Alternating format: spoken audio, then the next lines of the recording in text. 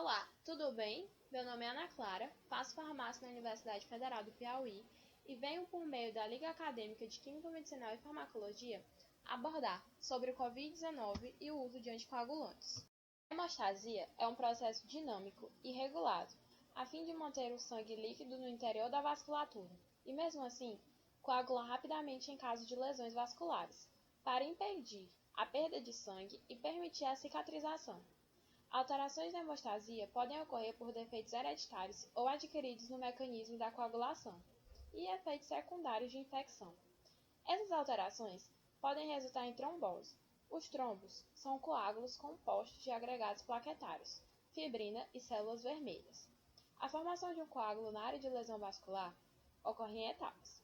E, de forma geral, como pode-se observar na figura 1, ao ocorrer a lesão no vaso sanguíneo, a liberação de fatores coagulantes, vasoconstrição local, agregação de plaquetas no local da lesão e associação de fibrina ao coágulo. De forma mais detalhada a respeito desse processo, conforme observa-se na figura 2, durante a cascata da coagulação, o endotélio e outras células adjacentes expressam o fator tecidual, que forma complexos, com o fator de coagulação 7, dando início à cascata da coagulação por meio da via extrínseca. Por sua vez, esse complexo ativa os fatores 10 e 9. O fator 10, juntamente com o fator 5, forma o complexo da protrombinase, que catalisa a conversão da protrombina em trombina. A trombina desempenha duas funções centrais na hemostasia.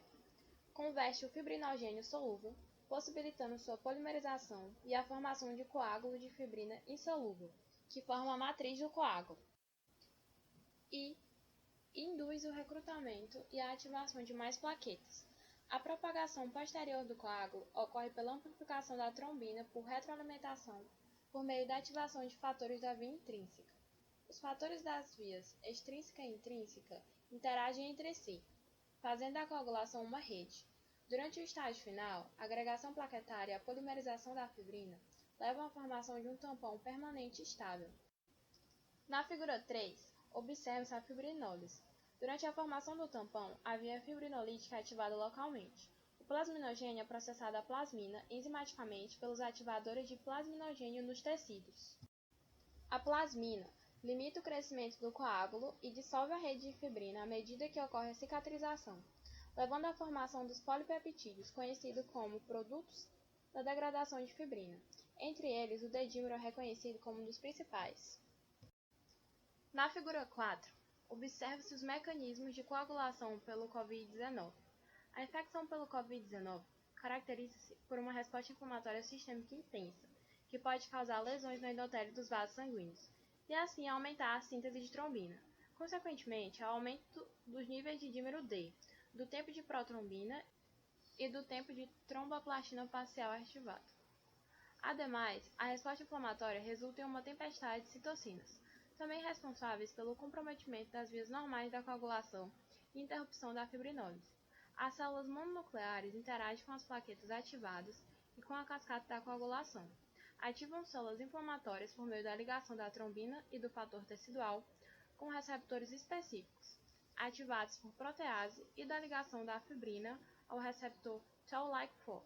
Além disso, a expressão de P-selectina medeia a adesão de plaquetas a leucócitos e células endoteliais e aumenta a expressão do fator tecidual.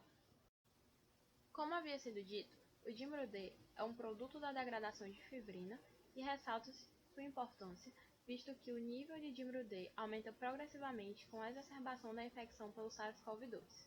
Então, podendo ser considerado um biomarcador que auxilia na prevenção de complicações tromboembólicas. Nesse contexto, a terapia anticoagulante associa-se a menor mortalidade e melhor prognóstico dos pacientes. Deve-se considerar a administração de anticoagulantes em doses profiláticas em pacientes que satisfaçam o critério clínico de dímero D elevado. O valor de referência do dímero D é abaixo de 0,5 microgramas por ml. Considera-se elevado quando maior que 1,5 microgramas por ml. De acordo com a Sociedade Internacional de Trombose e Hemostasia, se houver um aumento de 3 a 4 vezes do valor de referência, deve-se considerar a admissão hospitalar, independente da manifestação de outros sintomas. Na tabela 1, Pode-se visualizar as recomendações atuais sobre a tromboprofilaxia em pacientes com Covid-19. De acordo com a Sociedade Internacional de Trombose e Hemostasia, recomenda-se que todos os pacientes que necessitam de internação por infecção por Covid-19 devem receber dose profilática de heparina de baixo peso molecular, a menos que tenham contraindicações. Já a Sociedade Americana de Hematologia recomenda que todos os pacientes hospitalizados com Covid-19 recebam tromboprofilaxia farmacológica com heparina de baixo peso molecular ou fundoparinux, a menos que haja aumento do risco de sangramento. Os anticoagulantes mais utilizados nesse cenário atual são a heparina e a enoxaparina, que é uma heparina de baixo peso molecular. Na figura 5, observe-se o mecanismo de ação desses fármacos.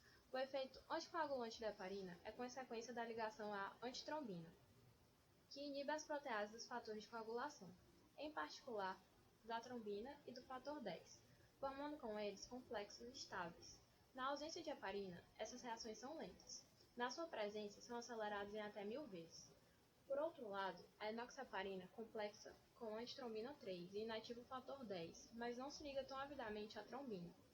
A diferença na intensidade de ligação à trombina resulta em maior efeito anticoagulante da heparina, mas exige o monitoramento do tratamento para manter o efeito anticoagulante dentro da faixa terapêutica e evitar o risco de hemorragia.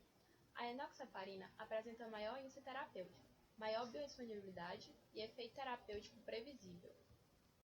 Diante do exposto, conclui-se que a infecção pelo SARS-CoV-2 envolve uma resposta inflamatória sistêmica intensa e a consequente indução no sistema de coagulação. Atualmente, sugere-se o tratamento com anticoagulante para pacientes que apresentem dímero D elevado. No entanto, são necessários mais estudos para confirmar a anticoagulação na prevenção de complicações da Covid-19.